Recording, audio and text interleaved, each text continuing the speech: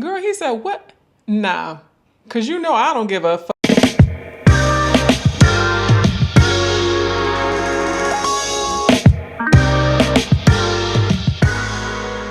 Hey there, I'm Gina Worthy with Simply Worthy. So let's talk about the joys of being 40. One of the best things that I found out is that you really just stop caring about the things that you used to think were important that no longer are like, you know what, I don't give about because it just doesn't matter. So here's a list of 10 things that as a 40 something, I no longer give a bleep about. So number one, trying to please everyone. Look, if you don't like me or my decisions, that has now become a you problem. And that problem does not belong to me.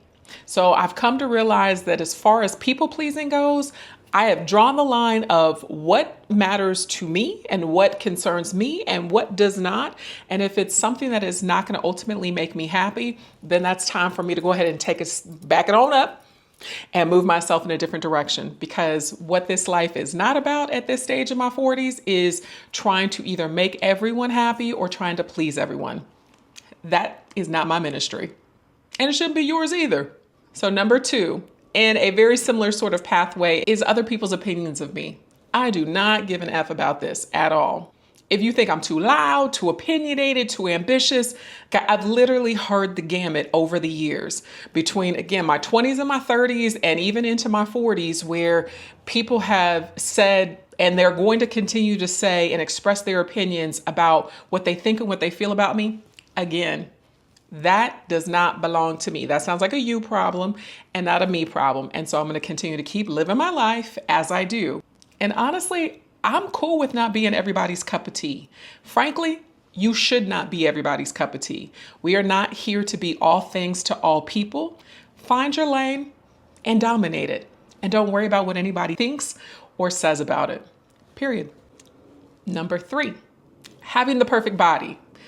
Now look, how many of us have looked back at old pictures and where at the time in which we thought we were like fat or big at that juncture? And I'm like, I wish I could go back to my 20s, quote unquote, fat, or my 20s, little chunky self.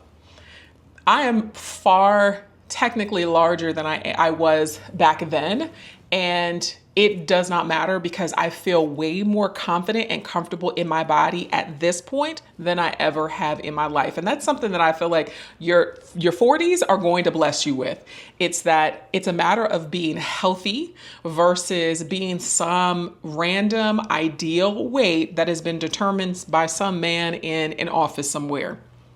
Again, that's not for me. What is for me to know is what is going to be the healthiest for my body at this stage, because the stages that we go through as women in our 20s, our 30s, our 40s, and on up, it will change in every decade. There's some things that I'm like, okay, hold up. I got a little bit more aches and pains than I did before, but what my body needs now versus what it needed in the previous 2 decades is not the same. So this is why weight for the sake of a number on a scale becomes completely irrelevant when we're talking about what is needed for your body at the juncture that you're at, with the decade that you're at. What I did in my 20s, I ain't doing it in my 40s. But then again, I'm also preparing my body in a way so that way I can regain some of that looseness from my 20s going on into, these next stages of my life. I'm only worried about my health and making sure that I am the most healthiest version of myself.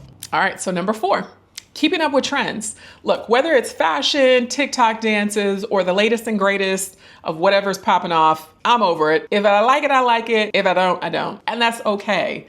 I think the problem is that we get caught up in things that we think is going to make us be, feel, look the coolest, whatever the case may be. And honestly, all of that stuff is irrelevant.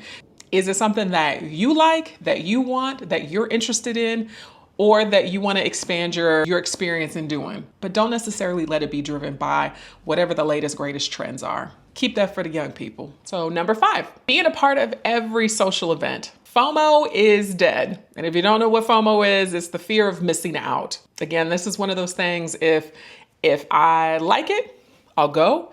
If I'm not really into it, then I'm gonna stay my butt at home. So there's the lane of things that I really enjoy doing. Explore and expand your mind into the areas that really are that you're drawn to, that you're intuitively want to explore, or that you just want to try. What matters is what is going to be the thing that feels the best for you. Even if that means that you're cozying up to a good book and a blanket at home, listen to some music and just chilling and vibing out. That's all it needs to be. And that's okay. All right, number 6, toxic relationships. Whether it's friendships, family, work relationships, you name it. If you're bringing negativity into my life, you can hit the bricks, because sometimes we need to ensure that we're putting proper boundaries in place that are going to protect our well-being and our peace. And toxic relationships undoubtedly are going to ruin your peace. There's been too many times in life where I remember having relationships with, whether it was, a romantic relationship or a friendship relationship, where when I look back at things and reevaluate it and realize like, oh my God, like that was super, super toxic. And then having to ask myself the question of like, why did I put up with that for so long? So if you find that you are remaining in toxic relationships, whether it's friendships, family, X, Y, and Z, ask yourself the question of what is keeping you there? Because I guarantee that at least the thing that I found out just over time and learning is that when you find yourself in a place that actually is no good for you, you do need to ask the question of why is this feel comfortable enough for me to stay? What is familiar about this? Because I guarantee it's going to link back to something in your childhood. Girl, everything links back there in some form or fashion. So figure out your reasons why. If you realize that you're the person that is, I feel like I stayed in that a little bit too long, or I put up with that for a little bit too long.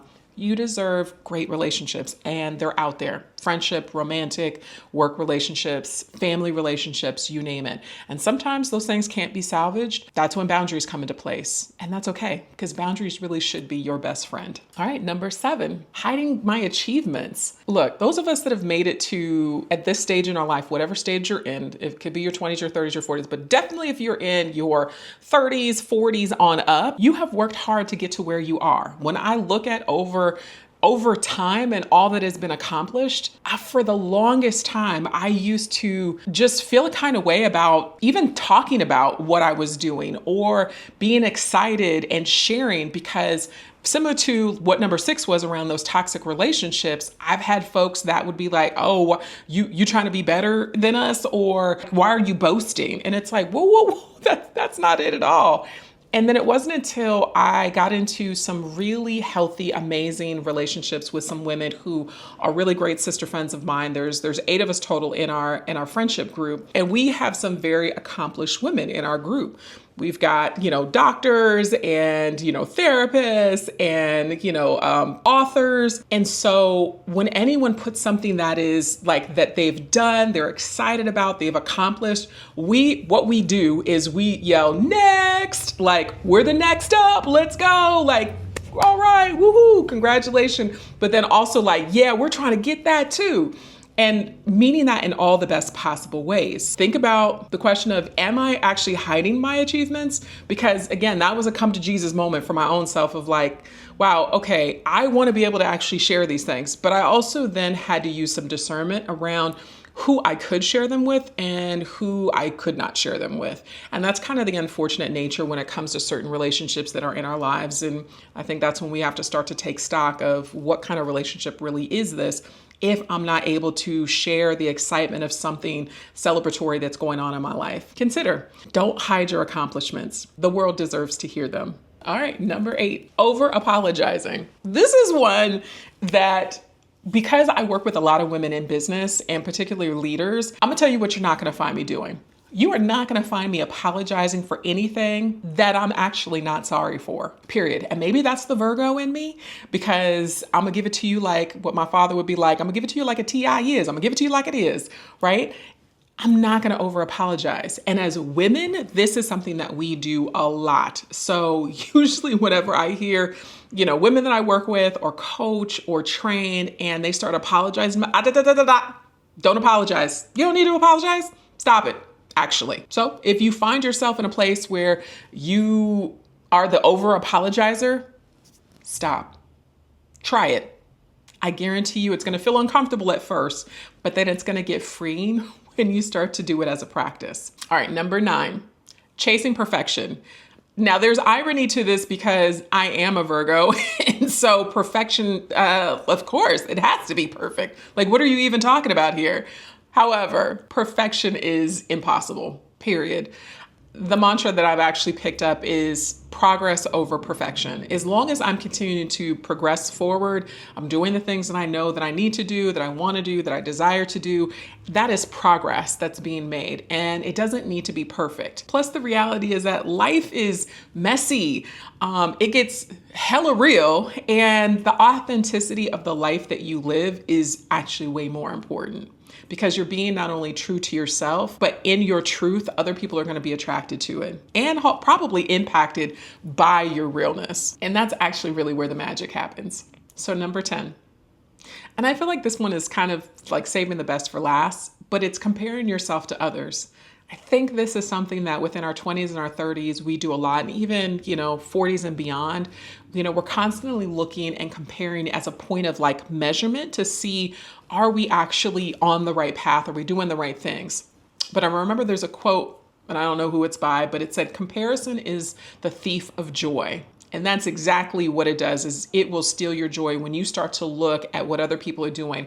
And the reality is that particularly with social media and the internet, is that people build very curated lives where you don't really know what's going on behind the camera or, in the closet, because people are only going to be willing to show you what it is that feels most comfortable to them. We all have our own paths. So live yours, live your truth, live your authenticity, and whatever means that you do it, obviously just don't hurt nobody, but it's your life to live. So I hope you enjoyed this list of the top 10 things that I just don't give about no more. And honestly, there's so much freedom in letting go of the things that really actually don't matter, that are going to be prohibitive of you living your best and most impactful life. So I'm curious, what's something that you've stopped caring about as you've gotten older over time? Go ahead and drop it down in the comments because I would love to hear it. And I'm sure it'll be helpful for other folks that are in this community that I'm hoping to build through Simply Worthy. And don't forget to like, share, comment, and follow for more real talk. We'll see you next time.